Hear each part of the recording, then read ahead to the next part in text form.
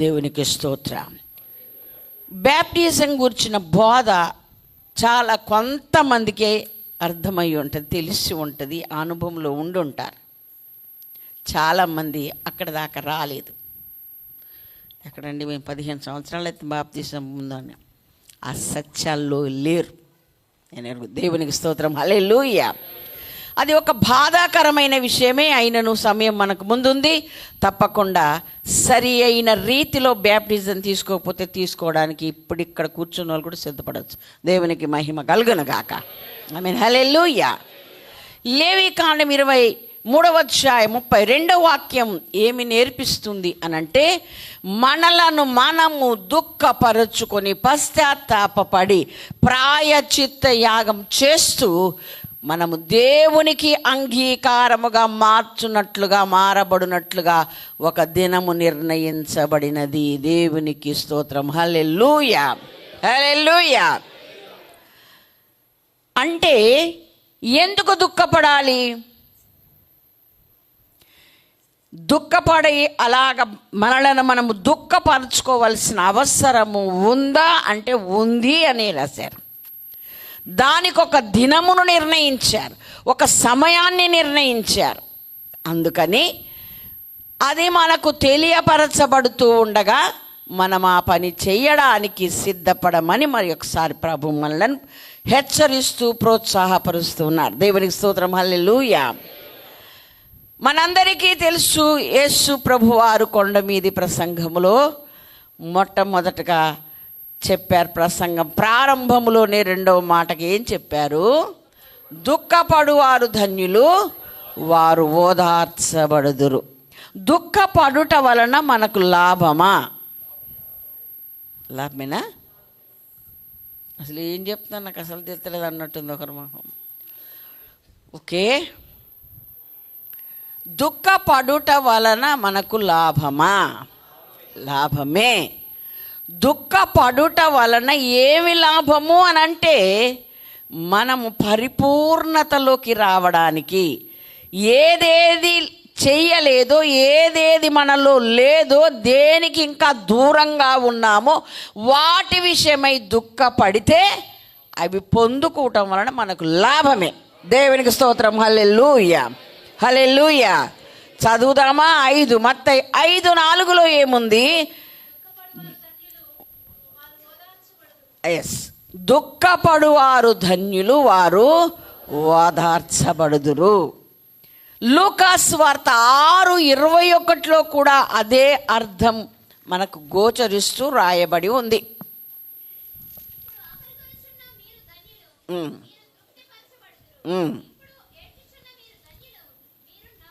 చాలండి. అంటే దుఃఖపడువారు ధన్యులు, వారు ఓదార్చబడతారని చెప్పి, ఆ దుఃఖపడుట వలన నవ్వే రోజులు వస్తాయంట. దేవుని స్తోత్రం, హల్లెలూయా. దుఃఖపడువారు ధన్యులు, వారు ఓదార్చబడతారు. మరల 2వ మాటగా దుఃఖపడువారు వాళ్ళు ఓదార్చబడతారు అన్నాడు. ఇక్కడేమన్నాడు? మీరు నవ్వుతారు అన్నాడు లూకాసు వార్తలో. ఇప్పుడు ఏడుస్తున్నారుగా, ఇంకా స్టార్ట్ చేయలేదంటే చేదురు కానీ. దేవుని స్తోత్రం, హల్లెలూయా, హల్లెలూయా. మీరు నవ్వుతారు అన్నాడు. 25వ వచనములో, ఇప్పుడు నవ్వుచుండిన వారలారా మీరు దుఃఖించి ఏడుస్తారు అని లూకాసు వార్త 6:25 వచనములో ఆ మాట వ్రాయబడి ఉంది. ఎందుకు దుఃఖపడాలి? దేని కొరకు దుఃఖపడాలి? ఏ విషయమై దుఃఖం మనకు ఉండాలి అనేది కూడా మనకు తెలిసి ఉండాలి కదా.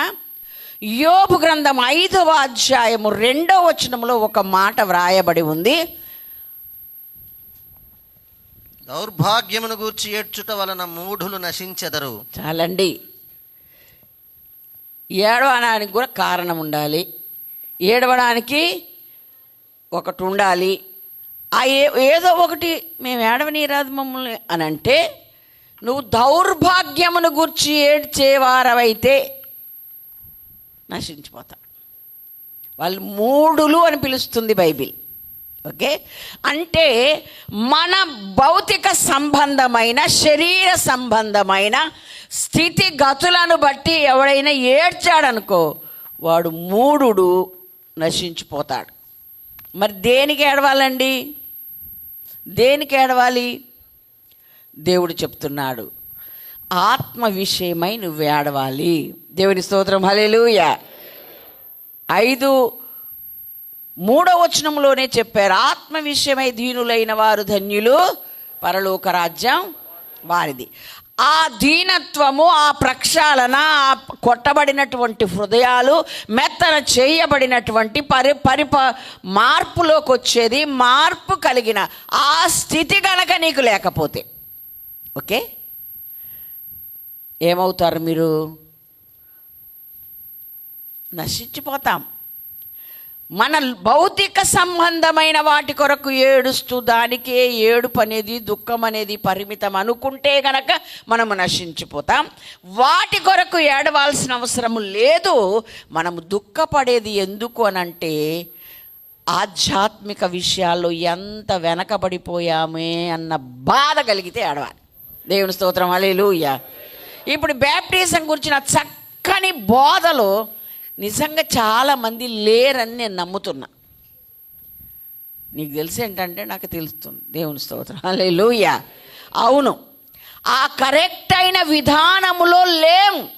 బ్యాప్టిజం తీసుకుంటే సంఘ సభ్యులం అయిపోతాం, బ్యాప్టిజం తీసుకుంటే దేవుని రాజ్యం చేరతామన్న ఒక 2-3 అవగాహనతో తీసుకున్న వారే ఉన్నారు. కానీ పరిపూర్ణమైన మారు మనసు మొదలు పెట్టుకొని చివరి వరకు దైవజనుడు చెప్పిన ఆ విధానం ఎవరికి, చాలామందికి లేదు. ఉంటే వాళ్ళని ఏళ్ళ మీద లెక్క పెట్టవచ్చు. ఈ పూట 2 ప్రసంగముగా 2వ మాటగా దేవుడు చెప్తున్నాడు, ఆ స్థాయిలోనికి నువ్వు ఇంకా రాకపోతే, ఆ స్థాయి నీలో లేకపోతే ఏడ్చి తీరాల్సిందే, ఆయన పాదాలు పట్టుకోవాల్సిందే. దేవునికి మహిమ కలుగునగాక. అలా గనక నీ ఉంటే అది నీకు లాభమే. ఆ దుఃఖపడుట వలన నీకు లాభమే. ప్రసంగి 7:3 ఏం చెప్తుందండి? చదవండి. చింపుటకు, కుట్టుటకు, మౌనముగా నుండుటకు, మాటలాడుటకు, ప్రేమించుటకు, ద్వేషించుటకు. 7:3 నవ్వుట కంటే దుఃఖపడుట మేలు, ఏలయనగా భిన్నమైన ముఖము హృదయమును గుణపరచును. దేవుని స్తోత్రం, హల్లెలూయా. అందుకే దుఃఖపడడానికి ఓ రోజు నిర్ణయించుకొని మీరు మోకరించండి అని చెప్పాడు దేవుడు. ఓకే, దేనికంట? నవ్వుట కంటే దుఃఖపడుట మేలు, ఏలయనగా దుఃఖముతో కూడిన, మార్పు చెందిన, ఖిన్నమైన ఆ యొక్క దుఃఖము ఏమవుతుందంట? ఆ ముఖము హృదయాన్ని నీకు శుద్ధి చేస్తుంది. దేవుని స్తోత్రం, హల్లెలూయా, హల్లెలూయా. 2 కన్నీటి బొట్టులు రాల్చడం మహా కష్టం. మరి హృదయం అంతా శుద్ధిపరచబడాలంటే ఓ బకెట్ నీళ్ళైనా కావాలి, అవునా? పోని చిన్న బిందెడైనా కావాలి. ఓకేనా? మరి అంత ఎడుతారా? ఒకడు కొడితే ఎడుతారు, నష్టమైతే ఎడుతారు. అలాంటి దుఃఖం వస్తుంది మనకు, ఈ దుఃఖం రాదు. సంవత్సరాఖరి దినములో బ్రతుకుతున్న మనము రాబోయే నూతన సంవత్సరములో ఇంకా దుఃఖపడాల్సిన, ఆధ్యాత్మికంగాను శరీర సంబంధంగాను దుఃఖపడాల్సిన రోజు రాకుండానట్లుగా ఈ రోజే దుఃఖపడదాం. దేవుని మహిమ కలుగునగాక. హల్లెలూయా, హల్లెలూయా. అనగా మనము ఏ స్థాయిలో ఉన్నాము, ఏ స్థాయిలో ఉండాలి ఒక్కసారి నీకు అర్థమైతే గనక నీ కళ్ళు కన్నీళ్లతో ప్రవాహంగా రాక మానవు. దేవుని స్తోత్రం, హల్లెలూయా. కాబట్టే యాకోబు పత్రిక 4వ అధ్యాయం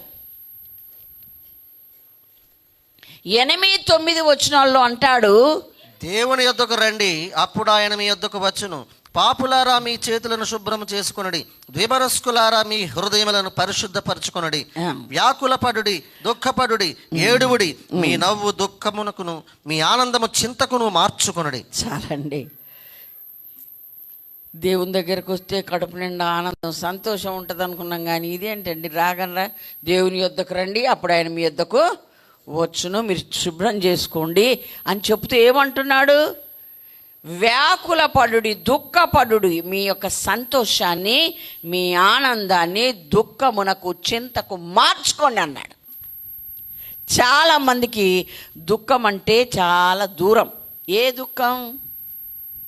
ఏమనకుండానే ఇంట్లో ఏడ్చే వాళ్ళు ఉన్నారు, కొంచెం గట్టి మాట్లాడితేనే ఏడ్చే వాళ్ళు ఉంటారు కదా, అవునా? అలాగే అది తల్లిదండ్రులు కావచ్చు, భర్త కావచ్చు, ఎవరైనా.